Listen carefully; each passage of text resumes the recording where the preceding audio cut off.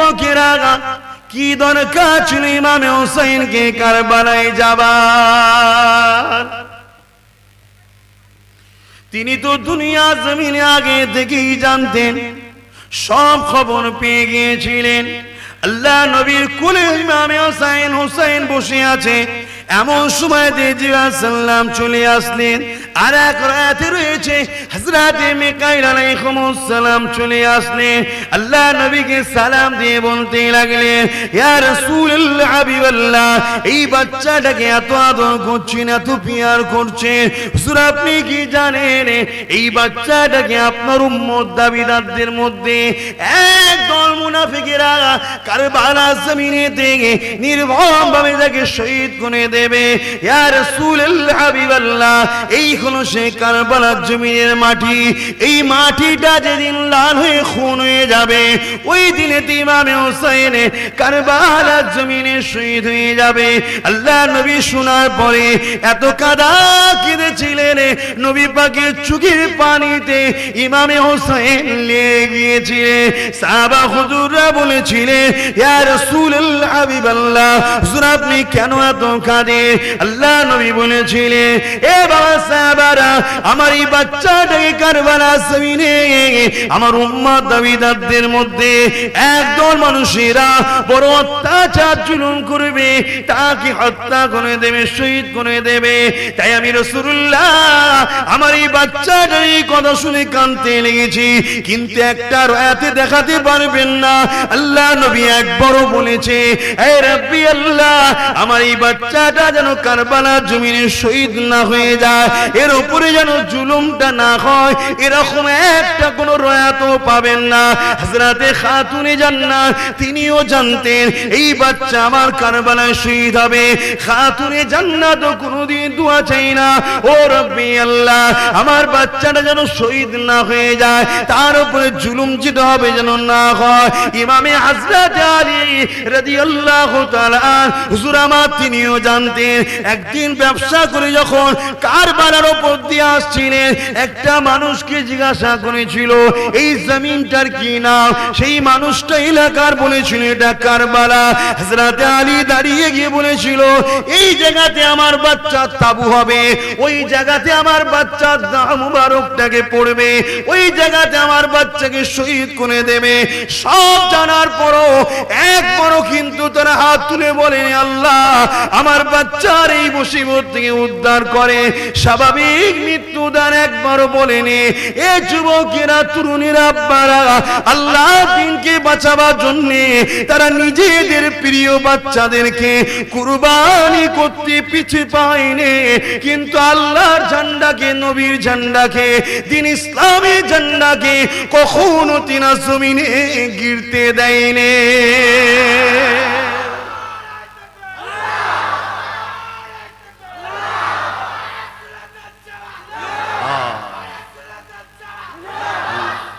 ইমামে হোসেন আল্লাহকে ভালোবেসেছেন না বাসেন? ইমামে হোসেন হুজুর আল্লাহকে কত ভালোবেসেছিলেন, রাতকে রাত জেগে জেগে জেগে জেগে আল্লাহর প্রেমে ধ্যানে কাটাতেন। এবং সবচেয়ে বড় বিষয় হলো আমার আল্লাহও তিনাকে ভালোবাসতেন। জোরে বলুন সুবহানাল্লাহ। আমার নবীও তিনাকে ভালোবাসতেন। সেই হোসেন হুজুরের উপরে পরীক্ষা হয়েছে না হয়নি? জিল্লাত, কষ্ট, আযাব, কষ্ট মানে জুলুম তার উপরে হয়েছে না হয়নি? কিন্তু তিনি ধৈর্যহারা হয়েছে না ধৈর্যের সাথে কামিয়াবি হয়েছে? প্রেম যদি করেন, প্রেমের নামই তো কষ্ট পাওয়া, তাই তো নাকি গো? ভালোবাসা নামই হলো কষ্ট পাওয়া ক্ষণস্থায়ীর জন্যে, তারপরে কিন্তু চিরস্থায়ী শান্তি। আসেন আমরা ইমামে হোসেনের জীবনী একটু দেখি। কেননা আমাদের নেতা, জান্নাতি যুবকদের নেতা হযরত ইমামে হোসেন, যিনি আমার আল্লাহকে ভালোবেসেছিলেন, আমার আল্লাহ পাক তিনাকে ভালোবেসেছিলেন। এ নওজওয়ানেরা, কত কঠিন পরীক্ষা আল্লাহ তিনাকে নিয়েছিলেন, যে পরীক্ষা কথা যদি ছোটবেলা থেকে বলতে লাগি, হুজুর ইমামে হাসান, হুজুর ইমামে হোসাইন, হুজুর দয়ে বিমার হয়েছিল। তিনার আম্মা জান প্রতিজ্ঞা করেছিলেন, আল্লাহ যদি বাচ্চা দুটো বিমারকে শিফা করে দেয়, আমি 3টে রোজা রাখবো। আল্লাহ পাকের দয়াতে বিমার যখন শিফা হয়ে গেল, 3টে রোজা রেখেছিল। ওই রোজার সেরিটা কি করেছিল? শুধুমাত্র ইফতারিটা করেছিল পানি খেয়ে, এবং ইফতারের জন্য একটা জবের রুটি আর কিছু খাজুর রেখেছিল। একটা জবের রুটি আর কিছু খাজুর, খেজুর। রোজা রেখেছে কে? খাতুনে জান্নাত। রোজা রেখেছে কে? হযরতে আলী। রোজা রেখেছে হাসান হোসাইন, এবং একজন হুজুরের বাড়িতে একজন কাজ করতেন, সেই মহিলাটাও রোজা রেখেছে। হচ্ছে একটা জবের রুটি আর কয়েকটা খাজুর। গরিবী হলে মনে দুঃখ করে লাভ নাই, কেননা মনে রাখবেন আপনার আল্লাহ আপনাকে পরীক্ষা করতে পারে। কাউকে ধন দৌলত দিয়ে পরীক্ষা করে, কাউকে ধন দৌলত কিনে নিয়ে পরীক্ষা করে, কাউকে সন্তান দিয়ে পরীক্ষা করে, কারো সন্তান না দিয়ে পরীক্ষা করে, আবার কাউকে সন্তান কিনে নিয়ে আবার পরীক্ষা করে। এক কথাই মনে রাখবেন, আপনি যদি আল্লাহর উপরে ঈমান নিয়ে আসেন, নবীর উপরে যদি ঈমান নিয়ে আসেন, আপনার উপরে যদি কোনো জুলুম অত্যাচার হয়, মনে রাখবেন দুটো জিনিস হচ্ছে, হয় আপনার গুনাহ মাফ হচ্ছে, না আপনার মাকামকে আল্লাহ পাক আরো বাড়াতে লেগেছে। ধৈর্য ধরতে হবে। একটা বিমার জ্বর, বা এখন কিছুদিন আগে যে মহামারীটা ব্যাপকভাবে চলছিল, আমি জ্বরের কথাই বলছি। এই জ্বর একই রোগ, একটা গুনাহগারের উপরে আসা, একটা মুমিনের উপরে আসা, একটা ওলির উপরে আসা। তিনটের কিন্তু 3টে কারণ আছে। একই জ্বর যখন গুনাহগার, পাপী বা আল্লাহ নাফরমান বান্দা, আল্লাহকে না মাননেওয়ালা বান্দার উপরে যখন আসে, ওটা তার জন্য শাস্তি। আর যখন আল্লাহ মাননেওয়ালা কিন্তু গুনাহগার, তার যখন বিমার হয়, জানতে হবে তার গুনাহ মাফ হচ্ছে। আর যখন এটা আল্লাহর ওলির উপরে হয়, জানতে হবে আল্লাহর ওলির মাকামকে আল্লাহ বাড়াচ্ছে। জোরে বলুন সুবহানাল্লাহ। এটাই তো ঈমান, এটা মাননেওয়ালা তো ঈমান। হুজুর আমার ইফতারটা নিয়ে বসেছে খাবেন বলে, খাতুনে জান্নাত বসে আছে, শেখ খোদা আলী বসে আছে, ইমামে হাসান হোসেন ছোট্ট ছোট্ট 2 বাচ্চা বসে আছে, ঘরের কাজের ওই মানুষটাও বসে রয়েছে। এমন সময় দরজা ঘুরে আওয়াজ এসে যায়, এ আহলে রাসূল, কয়েকদিন ক্ষুধার্ত রয়েছে। কখনো নবীর পরিবার আহলে রাসূলদের কাছ থেকে কেউ খালি হাতে ফিরে যায় না। ক্ষুধার্ত লেগেছে, কিছু খাবারের ব্যবস্থা করে দাও। ঘরে কিছুই নাই, সারাদিন রোজা রেখেছে, পানি খেয়ে সেহরি করেছে, একটাই মাত্র জবে রুটি রয়েছে আর সামান্য খাজুর রয়েছে। ওইটা বার করে 2 মুসাফির গরিবকে দিয়ে দিল। আর আহলে রাসূলরা পানি পান করে ইফতার খুলে নিল। এটা কি কষ্ট নয়? কি ওই কষ্ট তো নাকি? কত কষ্ট বলেন তো। কিন্তু তারা কি অখুশি হয়েছে? অখুশি হয়নি। পরের দিন রোজা রেখেছে, সেম ইফতারের সময় আবার একজন এসে হাজির, এই সামান্য খেজুর আর একটা জবের রুটি, আবার সেটা সেই মুসাফিরকে দিয়ে দিল। 3 দিন একই ভাবে পানি খেয়ে ইফতারি আর পানি খেয়ে সেহরি রোজা রাখলেন। তথাপিও কোনোদিন অভিযোগ করেনি যে আল্লাহ আমার এই হাল কেন। এ নওজওয়ানেরা, আল্লাহ পাক খাতুনে জান্নাতকে কি সম্মান দিয়েছে শুনুন। ইমামে হুসাইন হুজুরের কথা বলবো, ইমামে হুসাইন হুজুরের আম্মা জানের কথা শুনুন। নামাজ আমরা সবাই পড়ি, রোজা আমরা সবাই রাখি, কিন্তু আল্লাহ বা ইমামে হুসাইনকে নামাজের নামাজ বানিয়েছে। নামাজের মধ্যে যখন দরুদ পড়ি বৈঠকে, আল্লাহুম্মা সাল্লি আলা মুহাম্মাদ ওয়া আলা আলি মুহাম্মাদ, আলে মুহাম্মাদ, আলে মুহাম্মাদ, আলে মুহাম্মাদের উপরে আল্লাহ শান্তি বর্ষণ করো। যাদের উপরে নামাজের দোয়া চাওয়া রয়েছে সেই হুসাইনের কথা বলছি, এবং তিনার আম্মা জানো আলে মুহাম্মাদ, তিনার কথা বলতে লেগেছি কিয়ামতের দিনে, যেদিন মাথার এক বিগদায় পরে এক হাত উপরে আল্লাহ সূর্যকে নামিয়ে দেবে, মানুষের মাথার খিনগুলো নাক দিয়ে জোরে জোরে গলে গলে পড়তে লাগবে, সবাই নফসি নফসি করতে লাগবে। ওই দিন কোনো দাদাগিরি চলবে না, কোনো মস্তানের মস্তানিগিরি চলবে না, কারো কথা চলবে না।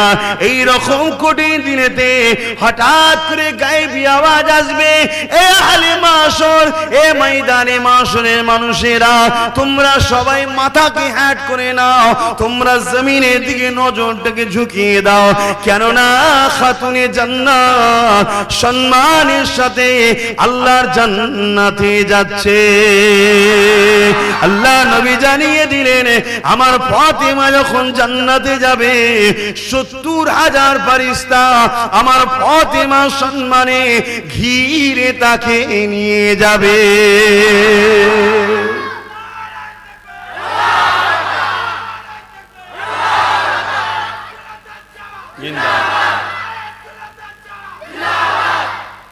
সেই ফাতেমা হুজুরের ঘরে ইফতার হচ্ছে পানি দিয়ে, সেহরি হচ্ছে পানি দিয়ে।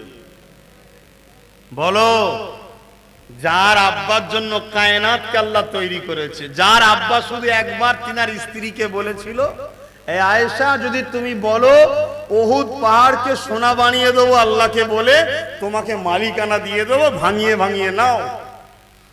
দোয়া চাইনি, যদি বলো চাইবো, তার মধ্যেই উহুদ পাহাড়ের নিচের ভাগটা আল্লাহ সোনা বানিয়ে দিয়েছে। জোরে বলুন সুবহানাল্লাহ। সেই নবীর মেয়ের ঘরের খবর দেখুন, কি সেহরি হচ্ছে পানিতে, ইফতার হচ্ছে পানিতে, তথাপিও কোনোদিন উফ আহা করেনি যে আল্লাহ কি জুলুম, কি কষ্টে আমি আছি।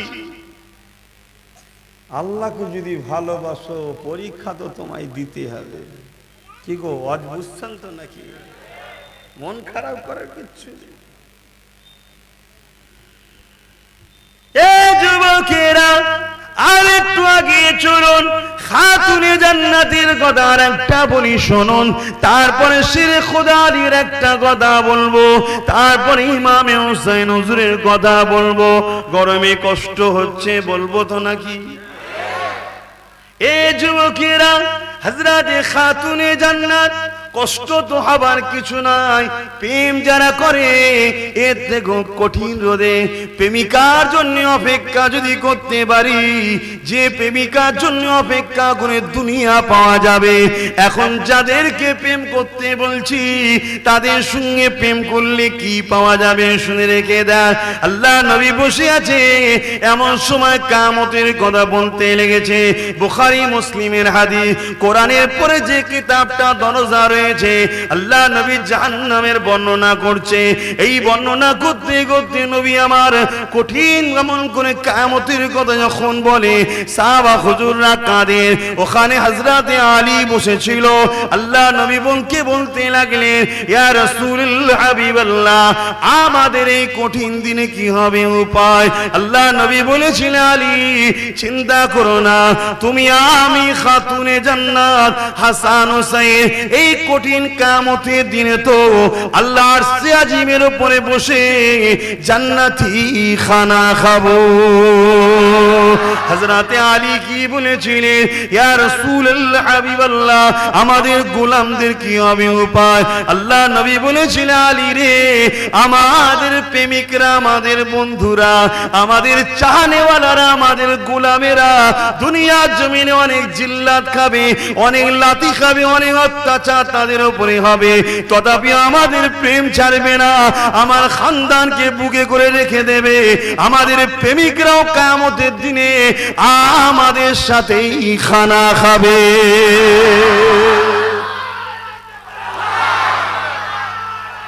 আল্লাহ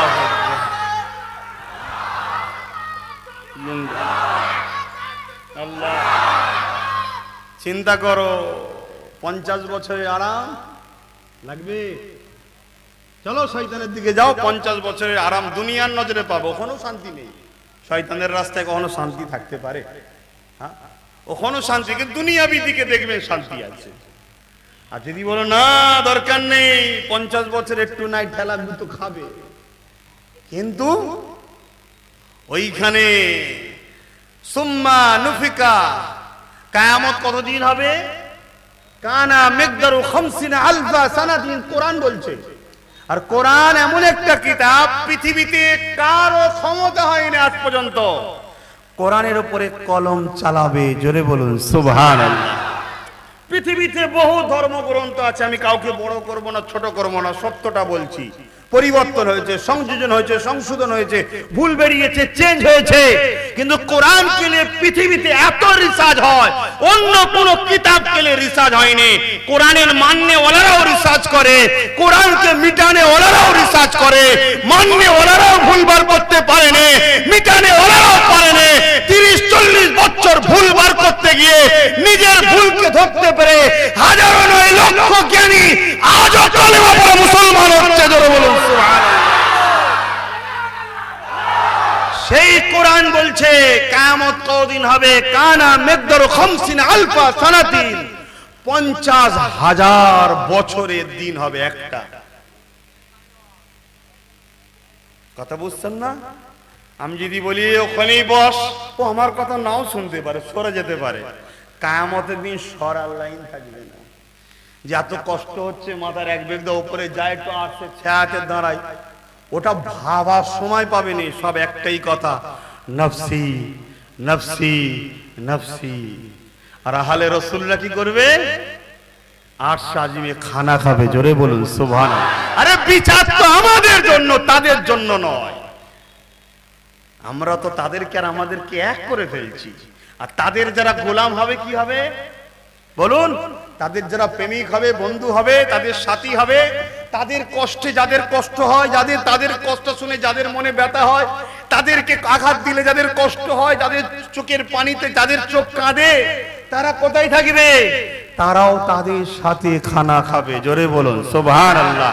এটা আমার বাপের কথা নয়, এটা আমার রাসূলের কথা। আর নবীর কথাটাই হলো আল্লাহর কথা, ওটাও হাদিস, আর ওটাও ওহী, হাদিসটাও ওহী, আর কোরআনটাও ওহী। একটা মতলু, একটা গায়ের মতলু, এটা সরাসরি, একটা ইনডাইরেক্ট, কিন্তু সবটাই আল্লাহর কথা। যে অস্বীকার করে সে কখনো ঈমানদার থাকতে,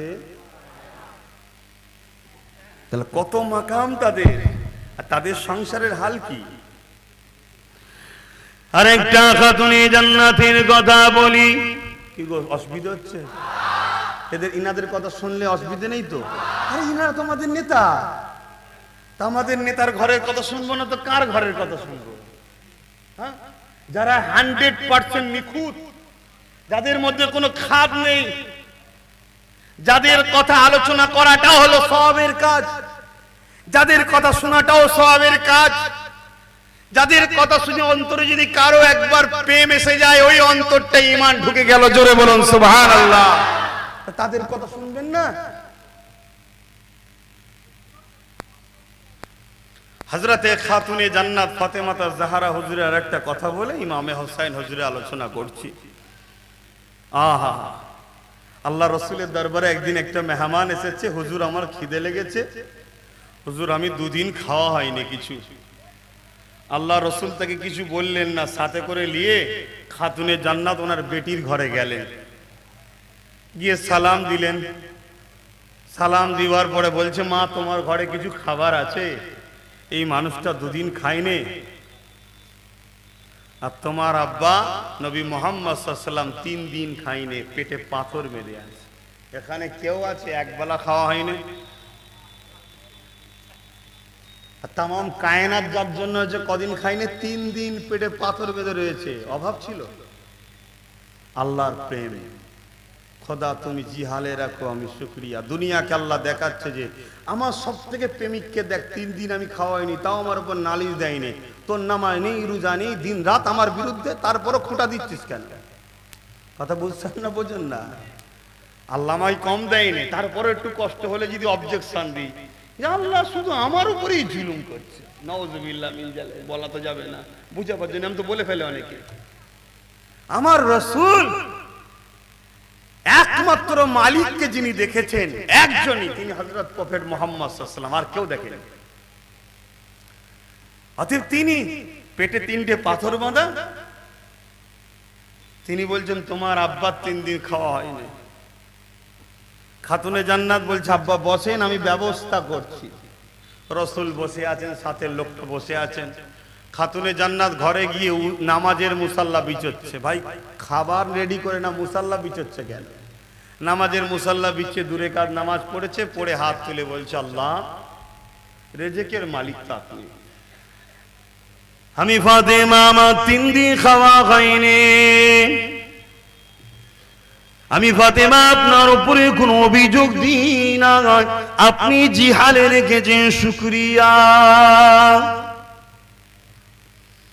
এ দুনিয়ার মুমিনেরা, আমার নবীর আশিকেরা, প্রেম যারা করো তাদের উদ্দেশ্য করে বলি, প্রেম যারা করো না, প্রেমের মজা বুঝবে না, তাদেরকে বলো আমার কোনো লাভ হবে না।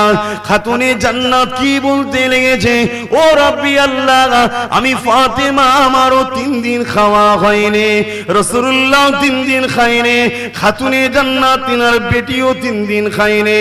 আল্লাহ কখনো তোমার কাছে কোনো অভিযোগ দিইনি যে আল্লাহ আমার খাওয়া হয়নি, খেতে দাও। তুমি তোমার বান্দিকে যে হালে রেখেছো আমি খুশি।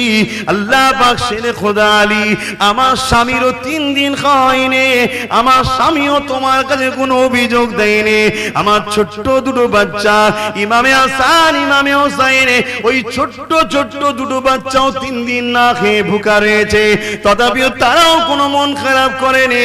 কিন্তু আজ আমার দরবারে এমন একটা মেহমান আপনি পাঠিয়েছে, তিনি যদি জানতে পেরে যায় খাতুনে জান্নাত 3 দিন ভুকা রয়েছে, আল্লাহর জমিনের উপরে সব থেকে তিনি আমাকে বেশি ভালোবাসে, আমি তিনার সন্তান, তিনার কন্যা, তিনার মনটা বড় ভেঙে যাবে। আমি আমার আব্বুকে কষ্ট দিতে চাই না, মন ভাঙতে চাই না।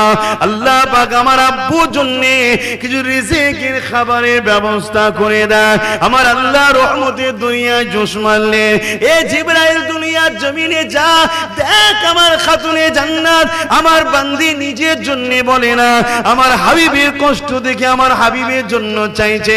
আমার ফাতেমা যদি আমার হাবিবকে ভালোবাসে, আমি আল্লাহকে আমার হাবিবকে ভালোবাসি না, কিন্তু আমার হাবিব বলে দিয়েছে ও আল্লাহ আমাকে গরিবের সঙ্গে রাখবে।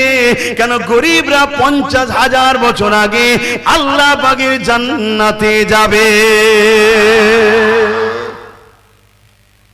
দুতলা ঘর নেই বলে মন খারাপ করলে হবে? গাড়ি বাড়ি নেই বলে মন খারাপ করলে হবে? 50,000 বছর আগে জান্নাত চলে যাবে, আর এই 50,000 বছর ময়দানে মাহশরে হিসাব দিতে হবে।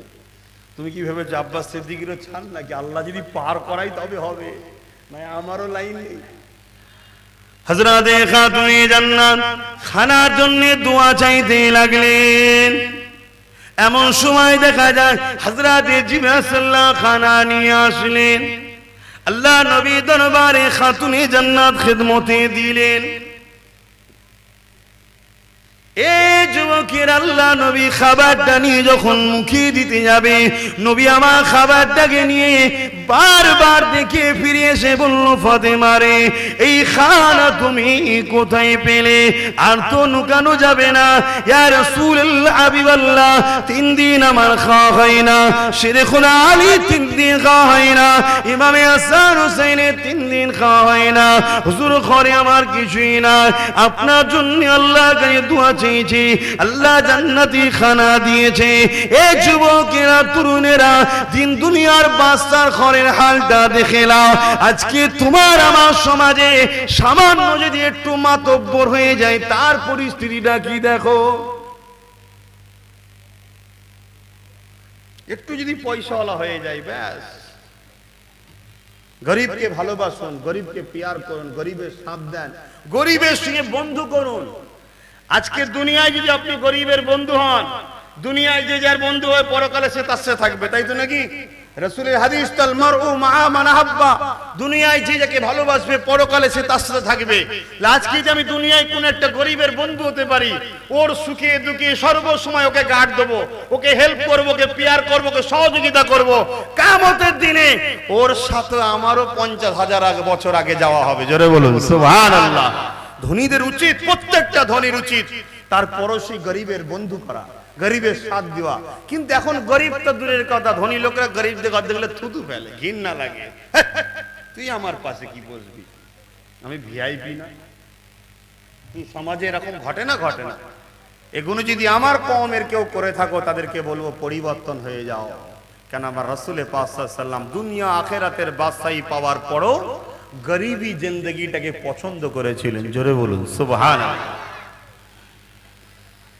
আসে ফিরে আসে এবারে ইমামে হুসাইনের কথা একটু আলোচনা করি। এ যুবকেরা, কি দরকার ছিল ইমামে হুসাইনকে কারবালায় যাবার? তিনি তো দুনিয়া জমিনে আগে থেকেই জানতেন, সব খবর পেয়ে গিয়েছিলেন। আল্লাহ নবীর কোলে ইমামে হুসাইন বসে আছে, এমন সময় জিবরাইল সাল্লাম চলে আসলেন। আর এক রাতে রয়েছে হযরতে মিকাইল আলাইহিস সালাম চলে আসলেন, আল্লাহ নবীকে সালাম দিয়ে বলতে লাগলেন, ইয়া রাসূলুল্লাহ হাবিবাল্লাহ, এই বাচ্চাটাকে এত আদর করছেন, এত পিয়ার করছেন, হুজুর আপনি কি জানেন এই বাচ্চাটাকে আপনার উম্মত দাবিদারদের মধ্যে একদল মুনাফিকেরা কারবালা জমিনে থেকে নির্মমভাবে তাকে শহীদ করে দেবে। ইয়া রাসূলুল্লাহ হাবিবাল্লাহ, এই হলো সে কারবালার জমিনের মাটি। এই মাটিটা যেদিন লাল হয়ে খুন হয়ে যাবে, ওই দিনে ইমামে হুসাইন কারবালার জমিনে শহীদ হয়ে যাবে। আল্লাহ নবী শোনার পরে এত কাঁদা কেঁদেছিলেন, নবী পাকের চোখের পানিতে ইমামে হুসাইন লেগে গিয়েছিলেন। সাহাবা হুজুররা বলেছিলেন, ইয়া রাসূলুল্লাহ হাবিবাল্লাহ, হুজুর আপনি কেন এত কাঁদেন?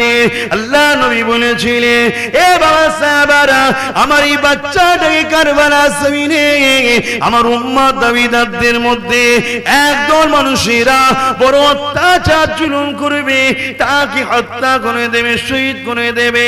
তাই আমি রাসূলুল্লাহ আমার এই বাচ্চাটার এই কথা শুনে কাঁদতে লেগেছি, কিন্তু একটা রাতে দেখাতে পারবেন না।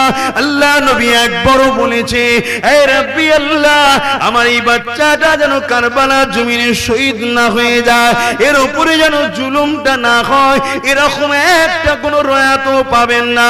হযরতে খাতুনে জান্নাত তিনিও জানতেন এই বাচ্চা আমার কারবালায় শহীদ হবে। খাতুনে জান্নাত কোনোদিন দোয়া চাই না, ও রাব্বি আল্লাহ, আমার বাচ্চাটা যেন শহীদ না হয়ে যায়, তার উপরে জুলুম যেটা হবে যেন না হয়। ইমামে হযরত আলী রাদিয়াল্লাহু তাআলা হুজুর আমার তিনিও জানতেন, একদিন ব্যবসা করে যখন কারবালার উপর দিয়ে আসছিলেন, একটা মানুষকে জিজ্ঞাসা করেছিল এই জমিনটার কি নাম? সেই মানুষটা এলাকার বলেছিল এটা কারবালা। হযরত আলী দাঁড়িয়ে গিয়ে বলেছিল, এই জায়গাতে আমার বাচ্চা তাবু হবে, ওই জায়গাতে আমার বাচ্চার দাম মুবারকটাকে পড়বে, ওই জায়গাতে আমার বাচ্চাকে শহীদ করে দেবে। সব জানার পরও একবারও কিন্তু তারা হাত তুলে বলেন, আল্লাহ আমার বাচ্চার এই মুসিবত থেকে উদ্ধার করে স্বাভাবিক মৃত্যুদান একবারও বলেনি। এ যুবকেরা, তরুণীরা, আব্বারা, আল্লাহ দিনকে বাঁচাবার জন্য তারা নিজেদের প্রিয় বাচ্চাদেরকে কুরবানি করতে পিছে পায়নি, কিন্তু আল্লাহর ঝান্ডাকে, নবীর ঝান্ডাকে, দিন ইসলামের ঝান্ডাকে কখনো তিনা জমিনে গিরতে দেয়নি।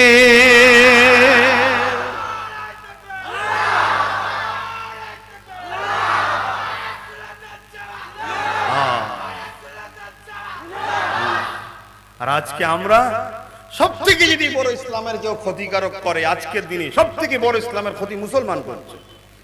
একবারও কখনো কিন্তু দোয়া করেনি যে আল্লাহ ওই কারবালায় যে অত্যাচারটা হবে, কারবালায় কি অত্যাচার হয়েছিল, তামাম কায়নাত যাদের সদকাতে খায়, রাসূলুল্লাহর সদকায় রাসূলুল্লাহর ওসিলায় আমরা খাই, তাই তো নাকি গো? মানেন তো নাকি? সব আকীদা রাখেন তো? হ্যাঁ, সব কিছুর মালিক আল্লাহ, কিন্তু বন্টন করে রাসূলুল্লাহ। জোরে বলুন সুবহানাল্লাহ। নবীকে সেই মাকাম আল্লাহ দিয়েছে, যাও হাবিব তোমাকে আমি দিলাম, তুমি যাকে যেটা দেবে তুমিই ভাগ করো। এ পাওয়ার, এটা ভালোবাসা। সেই নবীর ওসিলায় আমরা সবকিছু পাই। আর সেই নবীর আহালকে কারবালায় পানি পর্যন্ত দেয়নি কারা? হিন্দুরা। এই হিন্দুরা করেছিল, খ্রিস্টানরা করেছিল। পুরো বাংলা ঘুরে দেখলাম, একটা হিন্দু লোক কোনোদিন আমাকে দেখে মুখ বেঁকালো না বা গালও দিল না। আফসোস, আজ সেদিনের কারবালার ইতিহাস। সর্বসময় মুনাফিক, যারা হুবহুব দেখতে আমাদের মতো মুসলমান, কিন্তু তারা এত কঠিন হিংস্র। হযরত আলীর সঙ্গে নামাজ পড়েছে আর হযরত আলীর পেটে ছুরি করে দিয়েছে। হযরত আলী, বুঝতে পারছেন তো কার কথা বলছি? আল্লাহর নবী যার হাত ধরে বলেছিল, আলী যার মাওলা, আমি রাসূল তার মাওলা।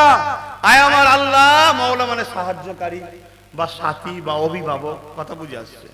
আয় আল্লাহ, আমি যার মাওলা, তুমি তাদের হয়ে যাও মাওলা। জোরে বলুন সুবহানাল্লাহ। ফারুক আজম দাঁড়িয়েছিলেন, তিনি দাঁড়িয়ে উঠলেন, বসেছিলেন, যে আলী মুবারকবাদ তোমাকে, আজ থেকে তুমি আমারও মাওলা। জোরে বলুন সুবহানাল্লাহ। কি মাকাম, কি দরজা, কি ইজ্জত! আল্লাহ রাসূল বলেছিলেন, কেউ যদি আমায় পেতে চাও, আমি হলাম ইলমের শহর, আর ওই শহরের দরজা হলো হযরত আলী। কেউ যদি আমায় পেতে চাও, আলী ছাড়া পাবে না। অর্থাৎ আলীর সঙ্গে গুস্তাগি করে, হযরতে শেরে খোদা আলীর সঙ্গে ঝগড়া করে, আলীর সঙ্গে দুশ্মনী করে কেউ যদি বলে মোহাম্মদ রাসূলকে ভালোবাসি, এ কাজ্জাব, মিথ্যুক, ধোঁকাবাজ, প্রতারণাকারী। হযরতে আলী একদিন বাজারে বলে বেড়াতে লেগেছে, আরে রাসূলের কাছে কেউ যদি একবার যায়, আমার কাছে দুবার আসতে হবে। আল্লাহ নবীর কানে খবর গেছে, জামাই হয় আবার, ডেকে পাঠিয়েছে, তুমি কি বলছো? হুজুর কুরবান যাক আমার জান আপনার কদমে, আমার বাপ মা আপনারা কুরবান হয়ে যাক। হুজুর আমি কিচ্ছু বলিনি, আপনি যা বলেছেন আমি তাই বলেছি। জোরে বলুন সুবহানাল্লাহ। তুমি কি বলেছো? হুজুর আপনি কি শুনেছেন? না তুমি নাকি বলেছো রাসূলের কাছে একবার গেলে আমার কাছে দুবার আসতে লাগবে, আমার কাছে দুবার যেতে হবে। হুজুর আমি বলিনি তো, আপনি বলেছেন তো। আপনি বলেছেন ইলমের শহর আপনি, আর আমি দরজা। আপনার কাছে যেতে গেলে ঢুকবার সময় একবার, বেরোবার সময় একবার, আমার কাছে তো দুবার আসবে। জোরে বলুন সুবহানাল্লাহ। সেই হযরতে আলীকে শহীদ করেছে কারা? নামাজি, নামাজ পড়ে। অতএব বাপ খোদার এই ঘরগুলো বদদোয়া না করে, একটু মাথায় রাখুন। আমি এই ঘরটা বলবো না, দুনিয়ায় মসজিদ গুলো যেন বদদোয়া না করে আপনাদের ঘরে, একটু মাথায় রাখুন।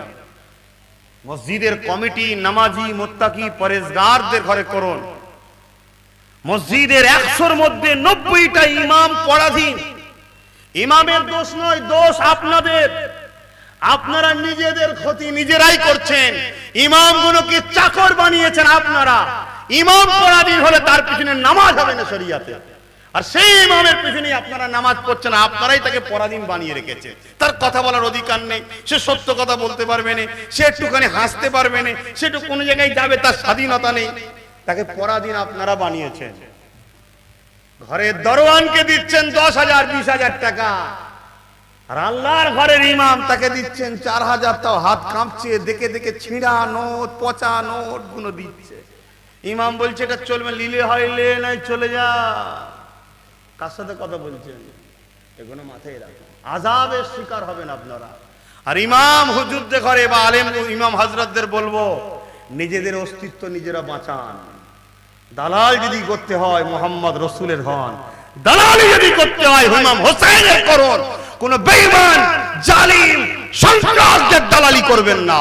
যদি দালালি করতে হন মুহাম্মদ সাল্লাল্লাহু আলাইহি সাল্লামের খানদানের করবেন। আর না হয় আল্লাহ আপনার ইজ্জত তো নাবিয়েছে, আরো নাবিয়ে দেবে, আপনি আফসোস করবেন। দুটো কথাই বলে গেলাম। এতে আপনাদের গায়ে লাগলে মাফ করবেন, ইমাম সাহেবদের গায়ে লাগলেও মাফ করবেন, কিন্তু সত্য কথা বলে যাচ্ছে। নিজের ইজ্জত নিজেকে বাঁচাতে হবে।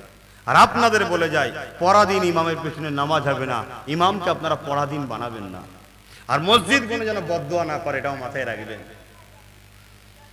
হাসেন, আমার ইমামের কথা বলছিলাম। আমার ইমাম কারবালা জমিনে গেলেন। অনেক বড় কথা বলতে গেলে আরো সময় লাগবে। দুসরা মুহররমের 2 তারিখে কারবালা জমিনে পৌঁছালেন। হুজুর কিন্তু লড়াই করতে যায়নি। হুজুরের সঙ্গে পুরুষ ছিল 72 জন, নারী ছিল 10 জন, মোট 82 জনকে নিয়ে রওনা দিয়েছে। কোথায় যাচ্ছে? হুজুরকে কুফার মানুষরা দাওয়াত দিয়েছিল, চিঠি করে দাওয়াত দিয়েছিল। অনেক বড় কথা, কুফার মানুষেরা বলেছিল, ও হযরত ইমাম হুসাইন, আমরা হলাম হযরত আলীর মুরিদ, আমরা সিয়ানে আলী, অর্থাৎ সিয়া আলী যাকে বলা হয়, আমরা হযরত আলীর ভক্ত, আলীর দলের লোক, আলীর প্রেমিক লোক। আপনি আমার কুফাতে চলে আসুন। হুজুর আমাদের কুফার মানুষের দাওয়াত দিয়ে যেতে লাগলো। দাওয়াত দিলে তো কবুল করতে হবে, দাওয়াত কবুল করা হলো সুন্নাতে রাসূল। ইমামে হুসাইন যেতে লেগেছে।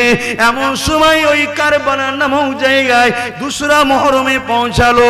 এমন সময় 1000 সৈন্য নিয়ে হুর বলে একজন সেনাপতি ইমামে হুসাইনকে ঘিরে ফেললো। ও হযরত ইমামে হুসাইন কোথায় যাচ্ছে? হুজুর আমার বলতে লাগলে, না রে বাবা, কোথায় যাচ্ছি? মুরিদরা দাওয়াত দিয়েছে, মুরিদের কাছে যাচ্ছি। হুজুর আপনাকে বন্দী করার জন্য বাদশাহ দরবার থেকে হুকুম রয়েছে। ইমামে হুসাইন জিজ্ঞাসা করতে লাগলেন, আমার কসুরটা কি, আমার অপরাধটা কি? না তুমি বাগাবাত করেছো, সরকারের বিরোধী করেছো। ইমামে হুসাইন বলেছিলেন, বাগাবাত তো ধোঁকা তো তাকে বলে যে প্রথমে মানে তারপরে তো অস্বীকার করে।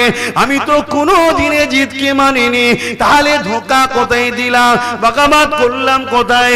কিন্তু হযরত হুর তখন বলল, না আপনাকে ছাড়বো না, আপনাকে এই জায়গা থেকে আগেও যেতে দেবো না, আর আপনাকে আমি বন্দিও করতে পারবো না। কেন? আমি রাত ধর্ম পালন করছি ঠিকই, কিন্তু আমার ভেতরটা মুহাম্মদ রাসূলের গোলামি রয়েছে। আজও বহুত মানুষ চায় নবীর খানদানদের বিরুদ্ধে বলবো না, কিন্তু মজবুরিতে তারা জড়িয়ে যাচ্ছে। মজবুরিতে ভেতরটা রয়েছে, কিন্তু বাইরেটা মজবুরিতে বলে ফেলছে। হুরেরও সমস্যা ঠিক তেমনই হয়েছিল। তো অনেক বড় কথা, হুজুরকে যেতে দেয়া হলো না। হুজুর আগিয়ে গেলেন, ওখানে দাঁড়িয়ে গেলেন। তারপরে হুজুরকে ওই হুর পরামর্শ দিতে লাগলো যে আপনি এক কাজ করুন, আপনি রাত্রিরে আমাদের চোখের আড়ালে আপনি মক্কায় ফিরে যান। কোন কোন কিতাবে আছে হুজুর 3 দিন চেষ্টা করেছিলেন বা 3 বার চেষ্টা করেছিলেন। আল্লাহর মর্জি, সেই ঘুরে ওই জায়গাতেই এসে হাজির। সকালে দেখছো ওই জায়গায়। এখন পুরোটা বলতে গেলে তো ভাই অনেক সময় লাগবে, ওই মেন জায়গাটাই আসছি। তো এইভাবে একদিন 2 দিন করে কাটতে লাগলো। এদিকে সীমার বিশাল এক বাহিনী নিয়ে হাজির হয়ে গেল। হাজির হয়ে যে ইমামে হোসাইনকে অফার দিল, হয় এজিদকে মেনে নিন, আর না হয় লড়াইয়ের জন্য প্রস্তুত হন। ইমামে হোসাইন হুজুর একটাই কথা বলেছিলেন যে অন্যায়ের কাছে মাথা নত করে আমার নানা দিনকে নষ্ট করে দেওয়ার থেকে নিজের গর্দানকে কেটে দিয়ে আমি পছন্দ মনে করি। জোরে বলুন সুবহানাল্লাহ। কিন্তু ইমামে হোসাইন তার আগে হুরকে বলেছিল যে আমার 3টে কথা, আমাকে হয় মক্কায় যেতে দেওয়া হোক, আর না হয় কুফাতে যেতে দেওয়া হোক, আর না হয় আমাকে এজিদের কাছে নিয়ে যাওয়া হোক, আমি এজিদের সঙ্গে কথা বলব। হুর কিন্তু রাজি হয়েছিল, কিন্তু এই সীমার এসে একটাই লক্ষ্য ছিল, হুজুরের বিরোধী করা, হুজুরের সঙ্গে লড়াই করা। 9 মুহররমে এমন করে সৈন্য যখন হামলা করতে যাবে, ওই রাতটুকু হুজুর আবার লোক পাঠিয়ে বলল যে আজকে রাতটুকু যেন হামলা না করে, আজকে রাতটুকু যেন বিরত রাখা হয়। ওই রাতটুকু হুজুর সারা রাত কোরআন তেলাওয়াত করেছিলেন, নামাজ পড়েছিলেন এবং খুতবা দিয়েছিলেন। সেই খুতবাতে হুজুর বলেছিলেন, সেই খুতবার একটা ছোট্ট অংশ আপনাদের কাছে শোনাচ্ছি। কোনোদিন যদি দেখো কোনো জালিম রাজা বা কোনো জালিম আমার নানার ইসলামকে বিরুদ্ধে কোনো কাজকে প্রতিষ্ঠিত করতে চাইছে, আমার নানার প্রেমিকদের উচিত তার বিরুদ্ধে ক্ষমতা থাকলে হাত দিয়ে লড়াই করো, হাতে না ক্ষমতা থাকলে মুখ দিয়ে করো, মুখে না থাকলে অন্তর দিয়ে সেটাকে ঘৃণা করো। যদি এর মধ্যে কোনোটা না থাকে তাহলে সেই জালিমের সঙ্গেই তাকে আল্লাহ পরকালে জাহান্নামে দেবে। ইমামে হোসাইনের কথা মানবেন না মানবেন না? ইমাম হোসাইন সাহাবী ছিলেন না ছিলেন না? তিনি সাহাবী। সাহাবীরাও দলিল আসাবিকান নুজুম বিআইদিহিম ইক্তাদাইতুম ইহতাদাইতুম। আমার রাসূলের সাহাবারা হলো আকাশের তারকারা, জিন নাই, যাকেই মানবেন হিদায়াত পেয়ে যাবেন। আজকে ভাবো, আল্লাহ নবী নওয়াজা ইমামে হুসাইনকে জিজ্ঞাসা করা হয়েছিল, ও হযরত ইমামে হুসাইন, সবাই তো ইজিদকে মেনে নিয়েছে, আপনি কেন মানবেন না? ইমামে হুসাইন বলেছিলেন, আমি তক্তার জন্য লড়াই করিনি, সিংহাসনের জন্য লড়াই করিনি, আমি সম্রাট হব, রাজা হব, নেতা হব, এর জন্য লড়াই করিনি। এ বিশ্বজগতের মানুষ, এ যে ছিল শরাবী, এ যে ছিল চরিত্রহীন, এ যে ছিল শরিয়াত বিরোধী, এ যে গান তামাশা খেল তামাশা দিয়ে থাকতো, নারীর সঙ্গে অবৈধ সম্পর্ক রাখতো, আল্লাহ নবী দ্বীনের বেখিলাফ ছিল। আমি হোসাইন যদি অন্যায় যদি মাথা নত করে দিই, তার সঙ্গে হাত মিলিয়ে যদি নিই, কিয়ামত পর্যন্ত আমার নানার উম্মতেরা তাহলে যুগে যুগে যুগে যুগে অন্যায়ের কাছে মাথা নত করে দেবে, অন্যায়ের কাছে বায়াত হয়ে যাবে, অন্যায়ের কাছে হাত ধরে নেবে। আমি ইমামে হোসেন এজি যদি পরিবর্তন হয়ে যায়, ওর হাতে হাত দিতে আমার কোনো অসুবিধে নাই। এ দুনিয়ার মানুষেরা যারা ইমামে হোসেনের সঙ্গে জান্নাতে যাবার আশা রাখো, হুজুরকে জান্নাতের যুবক মনে রাখো, জীবনে কোনোদিন শরাব পান করো না। যদি করে ফেলো আজকে দিনই তওবা করে নাও, তওবা করে পরিবর্তন হয়ে যাও। শরাব যেমন পান করবে না, শরাবের সঙ্গে বন্ধু করতে পারবে না, শরাবীকে সাপোর্ট করতে পারবে না, কারণ আমার নবী রক্ত পানি করে এই শরাবকে বন্ধ করেছিল। আজকে যদি কেউ শরাবকে প্রতিষ্ঠিত করতে চায়, তাকে ক্ষমতা থাকলে হাত দিয়ে রুখে দাও, যদি হাতে ক্ষমতা না থাকে মুখ দিয়ে রুখে দাও, মুখে যদি ক্ষমতা না থাকে অন্তর থেকে ঘৃণা করো। এই তিনটের মধ্যে কোনটা যদি তোমার মধ্যে না পাওয়া যায়, আল্লাহর কসম বলে যায়, তুমি নামাজি হতে পারো, তুমি রুজভি সাহেব হতে পারো, তুমি মুফতি হতে পারো, আলেম হতে পারো, রাসূলের হাদিস অনুযায়ী ঈমান বলে তোমার মধ্যে কিছু নয়। আর বেঈমান কোনদিন জান্নাত যাওয়া তো দূরের কথা, আল্লাহর জান্নাতের খুশবু পাবে না। কি গো, অজে অসুবিধা হচ্ছে না? ওয়াজ করা যাবে না? তবে হ্যাঁ, একটা দিন আসছে তুমি কোরআন মানতে পারবে না, একটা দিন আসছে তুমি হাদিস মানতে পারবে না, একটা দিন আসছে তোমার এই মসজিদকে তুমি বাঁচাতে পারবে না। ইতিপূর্বে যা বলেছি আলহামদুলিল্লাহ অনেক ঘটেছে, আজকেও যা বলছি তুমি আগামী 2-3 বছরে দেখে নেবে। আমি যদি বেঁচে নাও থাকি, আমার কবরের ধারে গিয়ে একটু বলো যে ভাইজান যা বলেছিলেন, বাবাজি যা বলেছিলেন ঘটছে। আর যদি বেঁচে থাকি আমি এসে বলবো, কি রে কি বুঝছিস? অর্থে এমন দিন আসছে। আর আমি বলছি বলতে কি, আমি কি সব গায়েবের খবর জানি না? আরে নবী বলে গেছে, হাদিস বলছি তো, নবীর কথাগুলো পড়লেই তো সব জানবেন। আজ থেকে কিয়ামত পর্যন্ত কি হবে একটা একটা একটা একটা করে নবী সব বলে দিয়ে গেছে। অতএব সেইটা আমি বলা মানেই তো ঘটবে, কিন্তু আমি সব বলতে পারবো না। কেন? সব বলা আম সমাজে নবীও নিষেধ করে গেছে। এই সব আম সমাজে বলেছিলাম বলেই তো ক্ষতিটা হলো। কেন? আমার মধ্যে কিছু ভালোবাসা সেজে মুনাফেক ঢুকেছিল, তারাই ক্ষতিটা করে দিল। কথা বুঝছেন না? আমি দুনিয়াবি নজরে ক্ষতি বলছি, কিন্তু আমি দেখছি অনেক বড় লাভ হয়েছে। হয়তো দেখা যাচ্ছে আমি আরবপতি হয়ে যেতুন, হয়তো দেখা যাচ্ছে আমার আল্লাহ কি বলে ধন দৌলত দিয়ে ভিআইপি সম্মান দিয়ে আমাকে পরীক্ষা করছিল হয়তো, আর আমি সম্মান পেয়ে পরীক্ষার কথা ভুলে গিয়ে এমন হয়তো খারাপ হয়ে জাহান্নামে ঢুকে যেতাম। আর এখন উল্টো হয়েছে, উল্টো হওয়াতে শুধু দাদা হুজুরের মাজারে, খাজা হুজুরের মাজারে, হুজুরের মাজার নামাজে কাঁদছে। আল্লাহ কিছু ভুল হয়ে গেল না তো? কিছু ভুল হয়ে গেল না তো? শুধু তালাশ করছি, আর যদি অভাব না থাকে তো তালাশই করবো না তো? আল্লাহ ভালোবাসে বলেই তো টেনে ধরেছে, ঠিক না বেটি? যাস না বাবা। কিন্তু রাত চিরস্থায়ী থাকে না, সকাল হবে, ধৈর্য ধরতে হবে। রাস্তায় বেরিয়েছো, যাবে তুমি কলকাতায়, যে দেখছো রোড বন্ধ, যে দেখছো রোড বন্ধ, কোনো কারণে রোড বন্ধ, ব্লক হয়ে গেছে, তোমার লক্ষ্য কলকাতায় যেতে হবে, আর কি রাস্তা নাই? একটু পরিকল্পনা চেঞ্জ করে দাও, অন্য রাস্তাতে ঘুরে চলে যাও, কিন্তু তোমাকে কলকাতায় যেতেই হবে, তোমার টার্গেট চেঞ্জ করলে হবে না। আশা করছি আলহামদুলিল্লাহ বুঝনেওয়ালা সব বুঝে নিয়েছে, ঠিক না বেটি? ইনশাল্লাহ বলেন ইনশাল্লাহ।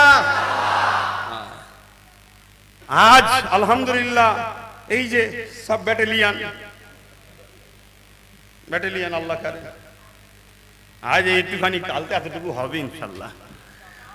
যাই হোক, কি কথা বলছিলাম, হুজুর কারবালার ময়দানে হুজুর হাজির, 9 তারিখে সারা রাত ইবাদত করতে লেগেছে। আহা কি অবস্থা! ছোট্ট একটা বাচ্চা আলী আসগার, কি নাম? আলী আসগার, আলী আকবর, আলী আসগার, আলী আওসাত। হুজুরের 3টে সন্তান, 2টো মেয়ে।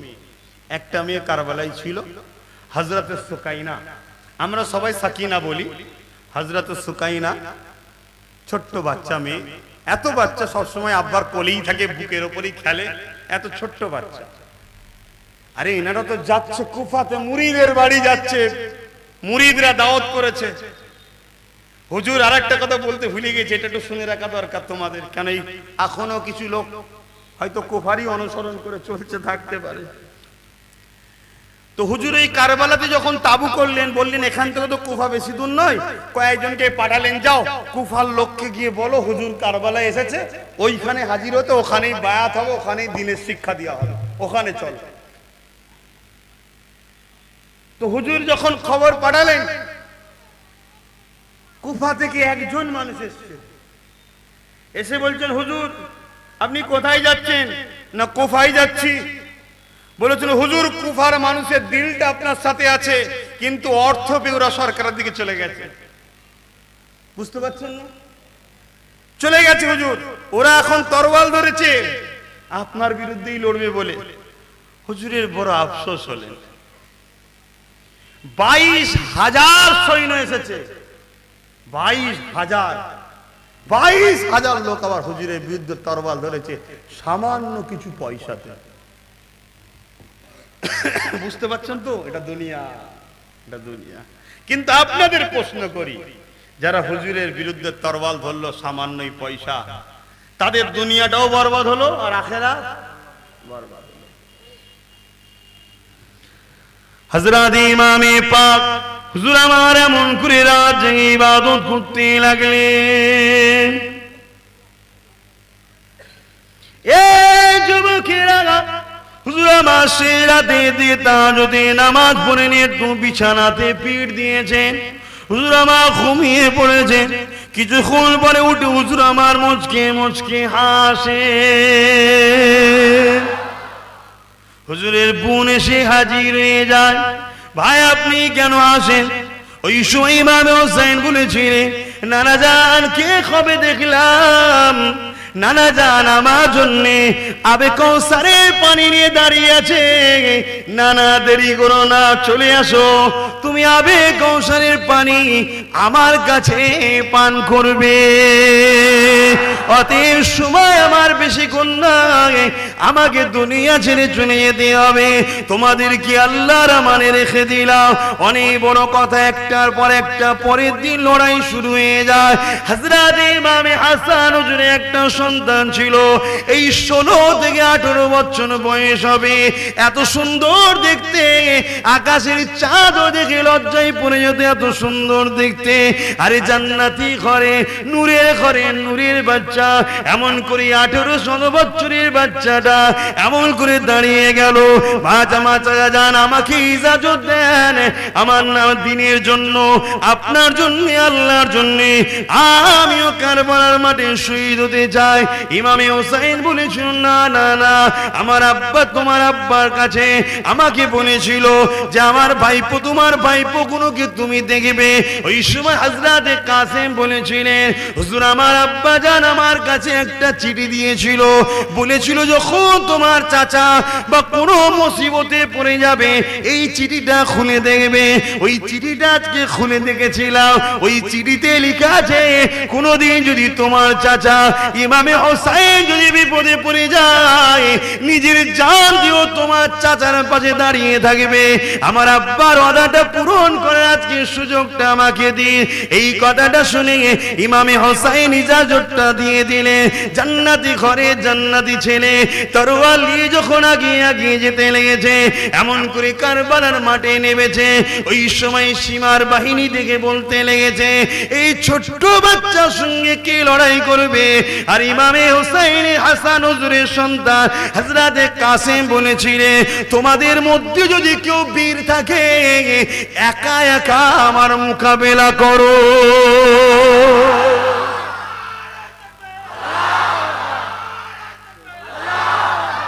একা একা আসো, ঝাঁকে ঝাঁকে সৈন্য পাঠিয়ে দিচ্ছ কেন? একা একা লড়ো, বীরত্ব তবে তো প্রমাণ হবে, ঠিক না বেটি? চলো একা একা লড়ো। ঝাঁকে ঝাঁকে সৈন্য পাঠাচ্ছে, চারিদিক থেকে তীর মারছে, ততক্ষণ মানুষ দাঁড়িয়ে থাকবে সেই মাঠে, ঠিক না বেটি? সেই মাঠে একজন বড় পালোয়ান ছিল, খুব অহংকারী, তার সাথে কেউ লড়াই করে পারত না। সে বলল, তোমার সাথে আমারও এক ছেলে আছে, তার 4টে ছেলে ছিল, তাকে পাঠালো।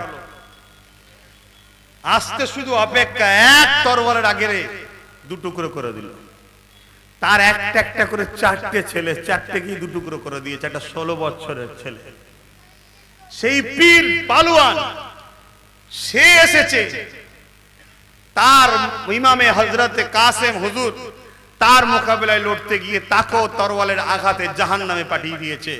তখন সীমার বলছে, এরা শেরে খোদা আলীর খানদান, নবীর বংশধর, নবীর খানদান, এদের সঙ্গে একা একা হবে না, চারিদিক দিয়ে হামলা করো। অনেকক্ষণ ধরে টিকে থেকে তীরের আঘাতে আল্লাহর ডাকে শাহাদাত বরণ করে আল্লাহর রাস্তায় চলে গেলেন। ইন্না লিল্লাহি ওয়া ইন্না ইলাইহি রাজিউন। এভাবে কারবালায় আহলে রাসূলদের ঘরে শেষ করেছে। এই কলেমা তারাও পড়েছিল, তারাও মুসলমান ছিল। ইমামে হোসাইন হুজুর বারবার বলছেন সঙ্গীতে ঘরে যে তোমরা সব চলে যাও, এজিদ শুধুমাত্র আমার রক্তের পিপাসায় আছে। আচ্ছা বলুন তো ভাই, সবাই তো এজিদকে মেনে নিয়েছে, ইমামে হোসাইন নাই মানতো, সমস্যাটা কোথায়? এজিদ জানে সারা দুনিয়া আমায় মেনে নিলেও লাভ নাই, সারা দুনিয়ার বর্তমান ইমাম যদি আমায় না মানে তাহলে আমি তো দুর্বলই রয়ে গেলাম, তোকে মানতেই হবে। এটাই ছিল এজিদের টার্গেট। কথা কিছু বুঝছেন? সব হয়ে যাওয়ার পর তারপরও সেই সমস্যা। তো ইমামে হোসাইন হুজুর বারবার তেনার আত্মীয়দেরকে বলছে, আপনারা সব চলে যান, আমার রক্তের পিপাসায় ওরা রয়েছে। কিন্তু তারা কি উত্তর দিয়েছিল? না, আপনার সাথে এসেছি, আপনার সাথে থাকবো, বাঁচতে হয় আপনার সাথে বাঁচবো, মরতে হয় আপনার সঙ্গে মরবো। আপনার নানাকে যে কিয়ামতের দিন জবাব দিতে পারবো না। আর যদি এই মাহফিলকে আমি জিজ্ঞাসা করি যে এখন আমার সাথে থাকলে আপনার উপরও জুলুম হবে, জুলুমটা তো আমাকেই টার্গেট, আপনারা আমায় ছেড়ে দিয়ে চলে যান, এই জায়গায় আপনারা বলুন আমার সাথে থাকবেন না ছেড়ে দেবেন? থাকতে পারবেন না। সেই ঈমান আমাদের কমজোর। তবে মনে রাখবেন, আমার সাথে বলতে ইসলামের সাথে, কারণ আমি ইসলামের রাস্তা আপনাদের দেখাচ্ছি, ঠিক না বেঠিক? শান্তি, মানবতা, সভ্যতা, ইনসাফ, ইনসানিয়ত, মানবতা, এর নামই তো ইসলাম। মা বাপের প্রেমের নাম ইসলাম, গরিবকে আশ্রয় দিবার নাম ইসলাম, অসহায়কে ভালোবাসার নাম ইসলাম, ক্ষুধার্তকে খাওয়ানোর নাম ইসলাম, বস্ত্রহীনকে বস্ত্র দিবার নাম ইসলাম, এর নাম ইসলাম। এতিমকে ভালোবাসা আশ্রয় দিবার নাম ইসলাম। মহান স্রষ্টা সৃষ্টি হিন্দু, দলিত, আদিবাসী, সাঁওতাল, বাগদি যেই হোক, মানুষ বিপদে পড়ে যায় তাকে আশ্রয় দিবার নাম হলো ইসলাম। ওই নামাজ পড়ার নামই শুধু ইসলাম নয়, ওটাও যেমন ইসলাম। ফুটপাতে পড়ে থাকে একটা গরিবকে তুলে নিয়ে তার আশ্রয় দেওয়া, তার সেবা করা, ওর নামও ইসলাম। এটাও যেমন আমার জন্য আল্লাহর হুকুম, ওটাও তেমন আমার জন্য আল্লাহর হুকুম। কিন্তু আমরা তো কুক্ষিগত করে ফেলেছি। তো যাক, হুজুর আমার এমন করে ঘোড়ার পিঠে উঠলেন। ইমামে হোসাইন হুজুর কারবালায় 3টে শিক্ষা দিয়ে গেছে। নাম্বার 1, যেখানেই থাকো, যত মুসিবতেই থাকো, আল্লাহ ছাড়া কারোর ওপরে ভরসা করো না। মনে থাকবে। দ্বিতীয় নম্বর হলো, যত মুসিবতেই থাকো, যত বিপদেই থাকো, তোমার বিরুদ্ধে যেই থাকুক, কোনদিন অন্যায়ের পক্ষে যেও না, ন্যায়ের বিরোধী করো না। 3 নম্বরটা কি বলেছিলেন? আসুন 3 নম্বরটা জেনে নি। শুধু হুসাইন হুসাইন বলে চিল্লালে হবে না, নিজের জীবনে বাস্তবে দেখাতে হবে। এ যুবকেরা, ইমামে হুসাইন যখন ঘোড়ার পিঠে উঠলেন, হুজুর আমার মোকাবিলার জন্য এগিয়ে যায়। হুজুর আমার যখন ঘোড়ার পিঠে উঠেছে, ঘোড়াকে বলছে চলো, নানার সঙ্গে যে ওয়াদা করেছিলাম ওয়াদাটা পূরণ করতে হবে। কি ওয়াদা করেছিল? অনেক সময় লাগবে বলতে। এমন করে ঘোড়ার পিঠে উঠে যখন ঘোড়াকে আগাতে বলছে, ঘোড়া চলছে না। হুজুর আমার যখন বারবার বলে, ঘোড়া মাথা দলিয়ে দলিয়ে জমিনের দিকে দেখায়। হুজুর আমার খাটটা ঘুরিয়ে জমিনের দিকে যখন দেখতে লাগলো, ওই যে ছোট্ট কন্যা সন্তানটা হযরতে সুকাইনা ঘোড়ার পা দুটোকে জড়িয়ে ধরে চোখে পানি ফেলে কাঁদে আর বলে, এই রে ঘোড়া নিয়ে যাস না, আমার ভাই গেছে শহীদ করেছে, আমার চাচা গেছে শহীদ করেছে, আমার আত্মীয়রা গেছে শহীদ করেছে, আমার আব্বুকে নিয়ে গেলে ওই জালিমে জিদরা শহীদ করে দেবে। কি কষ্টের দিন তাদের গেছে, কিন্তু আল্লাহর পরীক্ষায় তারা কামিয়াবি হয়েছে। আল্লাহর প্রেমে তারা কখনো পিছায়নি। এ যুবকেরা, তরুণেরা, হযরতে সুকাইনার এই দৃশ্য দেখে ইমামে হোসেন ঘোড়ার পিঠ থেকে নেবে, বাচ্চাকে বুকে জড়িয়ে ধরে চুমা দিয়ে, বাচ্চার ময়ায় জড়িয়ে যায় না, বাচ্চার ময়াতে পিছিয়ে যায় না, স্ত্রীর ময়াতেও পিছিয়ে যায় না, নিজের জানের ময়াতেও পিছিয়ে যায় না। ইমামে হোসেন নিজের কন্যা থেকে নানার দিনকে আগে প্রাধান্য দিয়েছে। ইমামে হোসেন বাচ্চাকে চুমা দিয়ে আদর করে ঘরে রেখে দিয়ে, তাবুতে রেখে দিয়ে হুজুর আমার আবার ঘোড়ার পিঠে রওনা দিয়েছে। হুজুর আমার লড়াই করতে লেগেছে। জালিম সন্ত্রাসীরা, নিষ্ঠুর পাষাণেরা এমন করে চারিদিক দিয়ে হামলা করতে লেগেছে। ইমামে হোসাইনের তরবারের মোকাবেলায় কেউ দাঁড়াতে পারছে না। ঝাঁকে ঝাঁকে সৈন্য আসছে, হুজুরের তরবারে দুটুকরো হয়ে যাচ্ছে।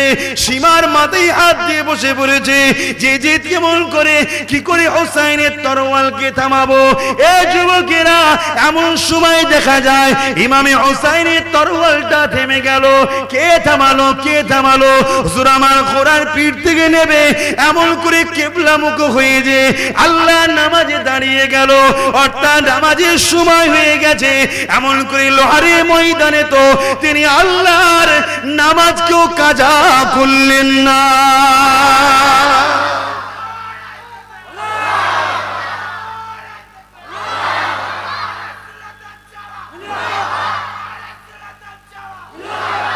প্রেম আল্লাহর উপরে তো এইটা।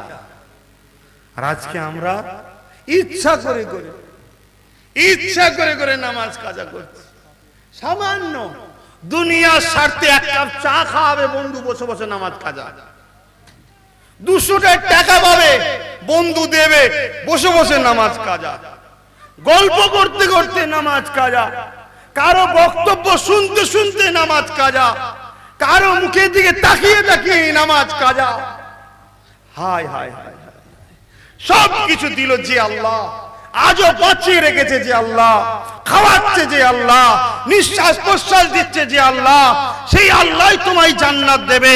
সামান্য নয় দুনিয়া একটু জিল্লাত হচ্ছে, সামান্য নয় দুনিয়া একটু তোমার উপরে জুলুম হচ্ছে, হতে তো পারে এই জুলুমের বিনিময়ে তোমার গুনাহকে মাফ করে দুনিয়াদারি পরিষ্কার করে আল্লাহ তোমার জন্য জান্নাতের রাস্তা ক্লিয়ার করছে। মনে রাখবে জাহান্নামের একদিন পৃথিবীর 1000 বছরের আযাবের থেকেও কষ্ট। অতএব সেই জান্নাতের রাস্তায় যেতে গেলে আল্লাহর রাস্তায় নিজেকে কুরবান করতে হবে। জোরে বলুন সুবহানাল্লাহ। আজ আল্লাহর দিনের নামাজ, আল্লাহর নামাজ কাজা, সবার কথা আমরা শুনছি, সবাইকে খুশি করছি। যিনি আমাদেরকে মায়ের পেটে 10 মাস 10 দিন খাওয়ালো, মায়ের স্তনে দুধ দিল, যেটা পৃথিবীর কোনো প্রোটিন পাওয়ার তৈরি করতে পারে না, যে আল্লাহ আমাদেরকে সুন্দর দুটো চোখ দিল, কান দিল, হাত দিল, জবানে কথা দিল, সব কিছু দিল, সেই আল্লাহর কিন্তু নাফরমানি করছি। আজ মুসলমান সমাজ ঈমানদারদের বলি, আসো ঐক্যবদ্ধ হও, আমরা নবীকে মানবো, আল্লাহ ওয়ালাদের সাথে থাকবো, তৈরি হও, না হয় বহুত মুসিবত আসছে। যে মুসিবত তোমার দুনিয়াকেও কেড়ে নেবে, যে মুসিবত তোমার আখিরাতকেও কেড়ে নেবে। দুনিয়া যাই যাক, আখিরাত না চলে যায়, এটা তুমি মাথায় রেখে দিও।